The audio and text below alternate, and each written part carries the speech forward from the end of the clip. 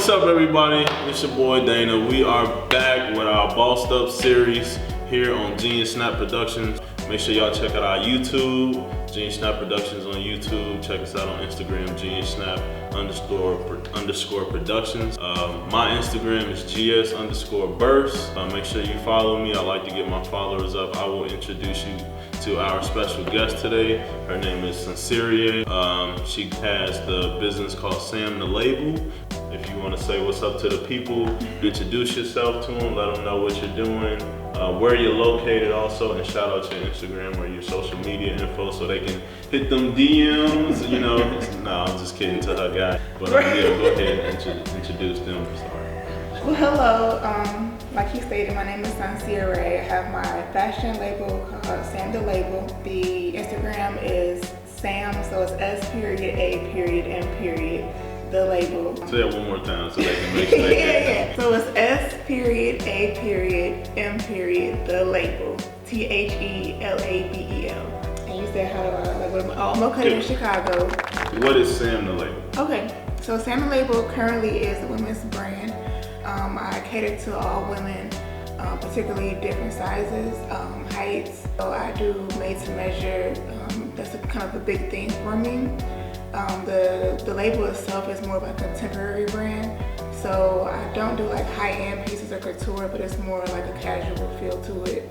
So is it like everyday wear type casual, or is it like? Yeah, so I do everyday wear. I do swimwear as well. Okay. Well, it's too cold to be wearing swimwear. Yeah, well, Chicago already. So how did you get started? What inspired you to get started with S.A.M the label? How did you get to that? Well, I've been sewing since I was 12. Okay. So doing fashion has been like a thing for me since I was younger. Okay. And then after I decided like that's what I was really gonna do, outside of like modeling, then I went to school for it. Okay. And then when I moved here 3 years ago, and then shortly, like maybe like 7 months after I moved here, that's when I started at the actual company. Where did you come from? Cleveland. Cleveland? No, oh, Cleveland, Ohio. Got you. Yeah. So what made you move to Chicago? It was more affordable than New York. So you were in New York at first? No, I wasn't, but I wanted to move to New York. I wanted to do an internship out there. Okay. But just with financially, it was like more affordable to come to Chicago. What made you make that decision as far as New York and Chicago? Was it because of fashion or what? No, I really just wanted to get out of Cleveland. Okay, no shade to the Ohioans, but I love my city too. So you moved to Chicago because New York was too expensive. How did you adapt to the Chicago lifestyle from Cleveland? Easy. Like to me, I don't know, to me, Chicago reminds me of home. It's just a little bit more busier, or a lot more busier. When I tell people, even now to this day, that I live in Chicago, they always like, "Oh, you're not scared?" I'm just like, "No." I'm like, it is what it is. It's danger everywhere. So I just came and I did what I had to do. Like I stayed in an Airbnb for a month, and then I ended up moving in with somebody. Still don't have a job yet, and then I think I got a job 2 months after I was here. You still there now? Okay.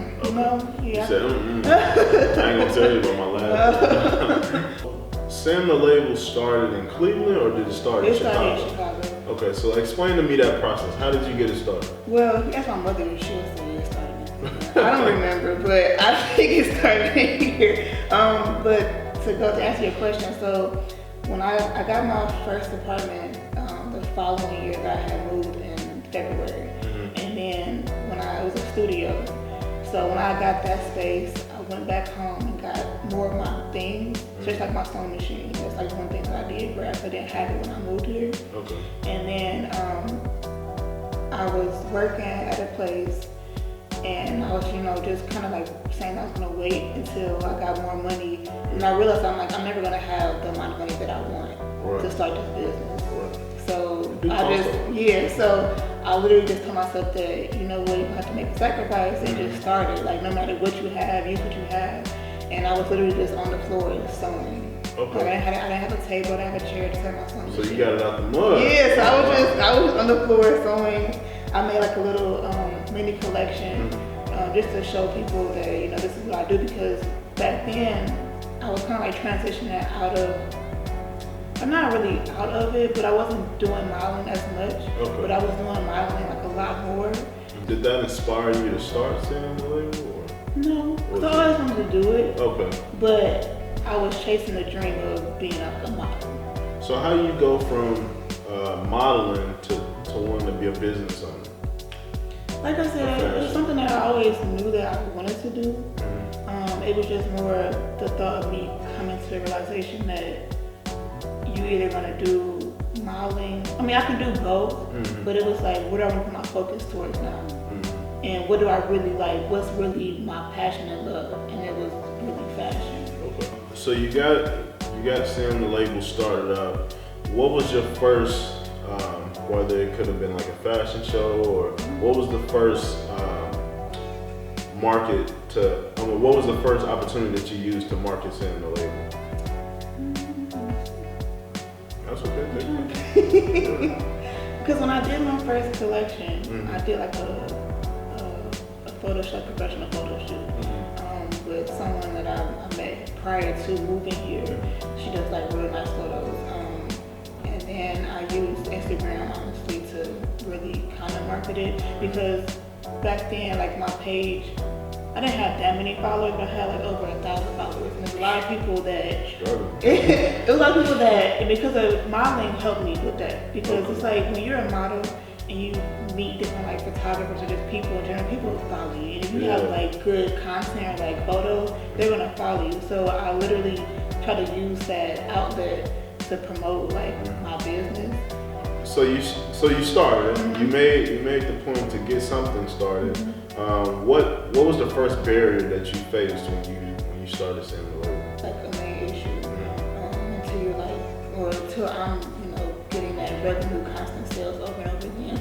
But I think even now, because I feel like I'm still like in my beginning stage of like the business,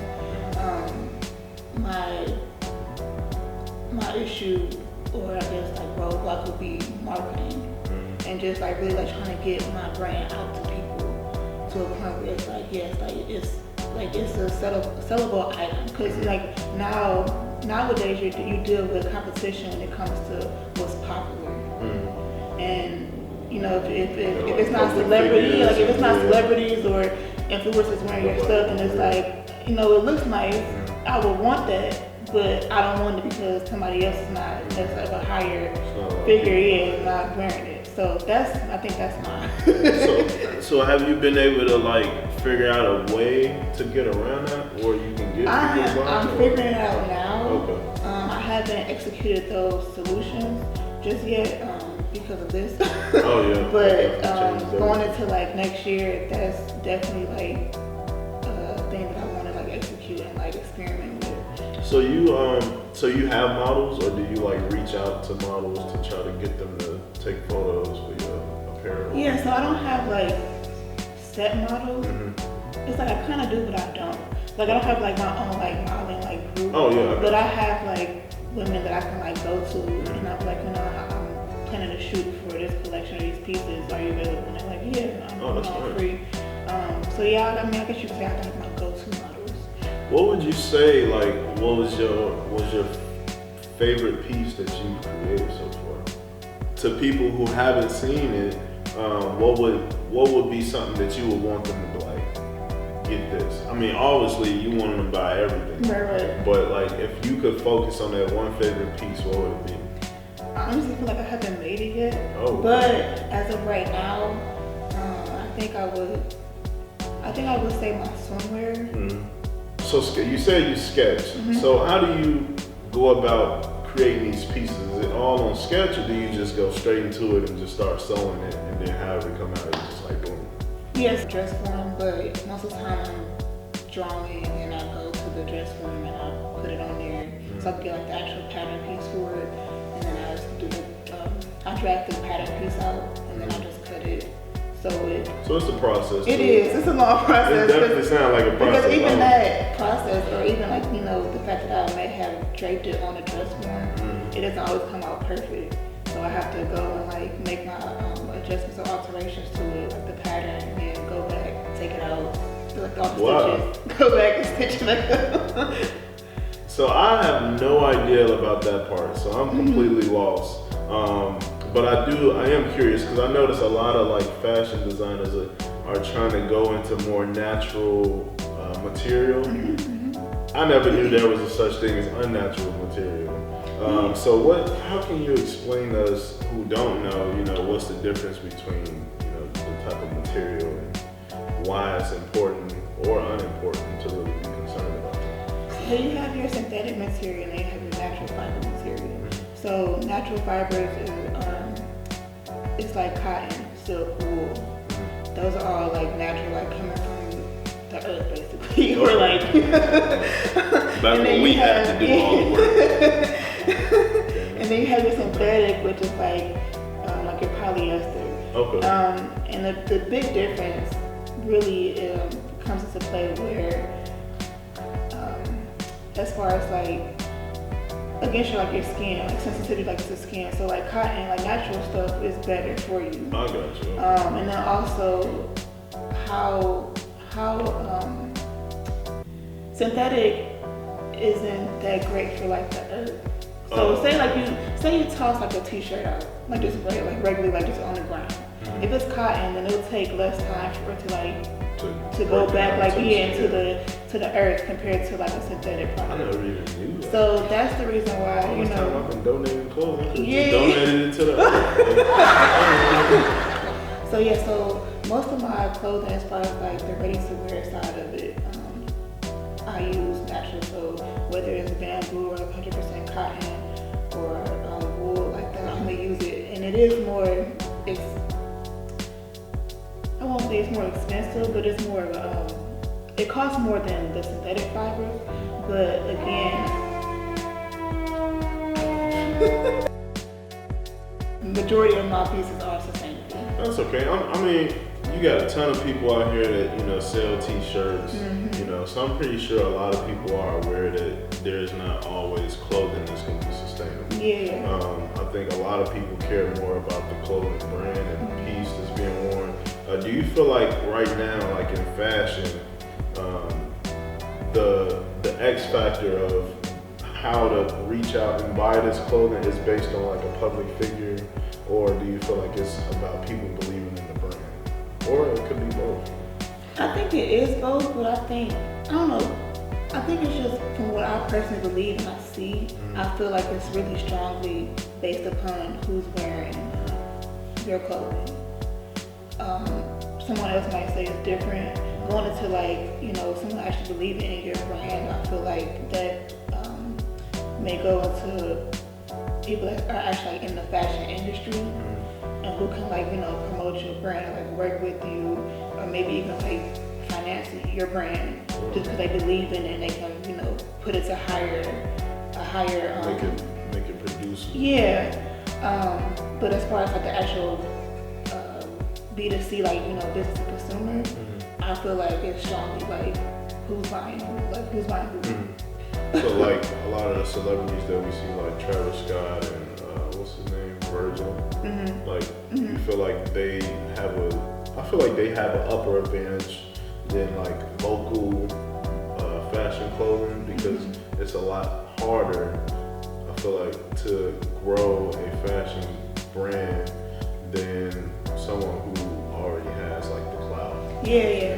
But I feel like Instagram is definitely successful. I've noticed too, with your brand, the way you position the way your photographer positions the pictures and your direction on how you want it to look just makes it look like a well-established brand, which it is. And I think that has probably driven you a lot of success. Do you feel like you've had a lot of people reach out to you about the brand? I have. The clothing? Well, I won't say a lot, but I have had people reach out to me as far as even influencers about, I like your brand. Would love to promote it, basically me sending them clothing to promote it. As far as actual customer base, not so much. I mean, I've gotten feedback of how my clothing look as far as professionalism of it. But that's just, I feel like that's my aesthetic. about how it does look, like that real like clean and professional, because I feel like it's how it should look. Yeah, it don't look like that. Yeah. But yeah, going back to even just being able to be in a position where you are like already at that high status and introducing like a brand is kind of easier than a lower level, because even you can even be like at a local small business state and have a celebrity wear your clothes, but it may not even do much. Yeah. Because it just like, it really depends. Like, it depends on the person, because some right. people just put on the t-shirt and then, you know, just take a picture and then take it right off. Right. I definitely think you being a boss, you being the owner of it, have you ever had any issues where people try to copy you, you know, copy your brand or mimic certain styles? You know, how do we but how do we separate yours from other people's who may try to, you know, because when you have something hot, you know, a hot piece of clothing out, people try to mimic it off a rip, and then now you got this market that's like copying your shit, you know what I'm saying? So I haven't run into that issue that I know of yet. Yeah, we watching y'all. That's not a issue that's like on the front of my mind when I do like make my pieces. But I think that, I mean, I won't say there's like a way to avoid that, but I think that because of the fact that my items are original and just of how you design your clothing, nobody can like copy like Fashion Nova or like, you know what I'm saying? Because most like when you look at those brands that are copying things, they're real simple designs that everybody has. Like, like the body count or the fitted dress or mini skirt or whatever. It's real simple. So when you say simple, you mean like simple as far as the adjustment from that type to their own? Like you can have like a certain type of bodysuit and they can just change the way the back strap. Sometimes they don't even change it. They just keep it the same. Yeah. Because I've seen, but the things like when throughout this time of me like being more like in the industry and like seeing those problems happen, and how they compare to this particular brand, and then comparing it to like the fast fashion brand that copied them, they're a real simplistic design. And I feel like anybody yet can copy that because it's so simple and they know that there's a niche or a market for it. So why not snatch it up? So Bossed Up, how did it impact you when you realized, oh shoot, I actually own my own brand, my own label? It's a lot of work. Yeah. But it's not. The thing is like it's not a bad thing. Like it's a good thing, especially when you're doing something that you love. It's just really trying to figure out, especially in the fashion industry or being like a fashion brand, trying to figure out what works and what doesn't work, and really trying to attack like that customer to get like their attention. Because like I feel like once you have it and once you grasp that and like, okay, now I'm kind of like in control, then it will sell and it will go, you know, go up and up and up. But until you get there, it's like.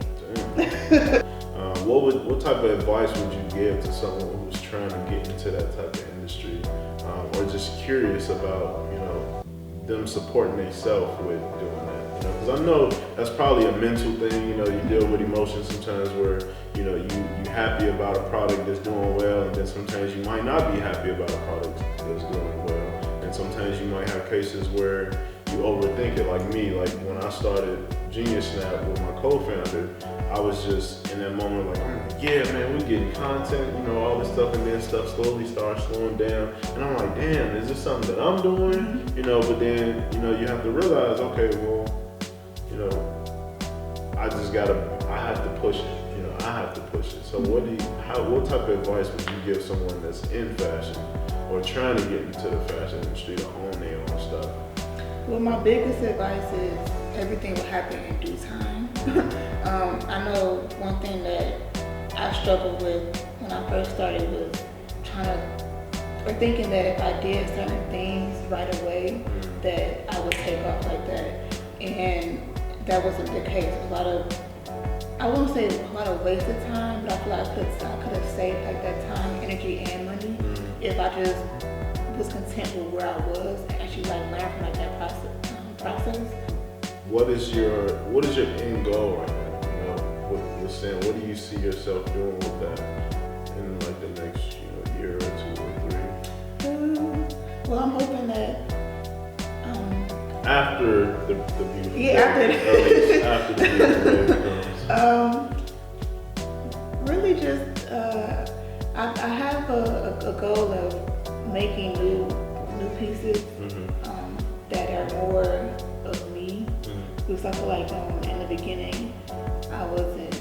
They were me, but I feel like I was looking at other brands, trying to figure out what they're doing, and not to copy them, but to see what the customer likes. And so I was like kind of still hindering myself from doing what I really want to do, and not being afraid of like whether or not it's gonna sell or not, because at the end of the day, it's still, whether it sells or not, it can be what I want, what I don't want. Okay. You know what I'm saying? Yeah. So definitely I will be making a new collection.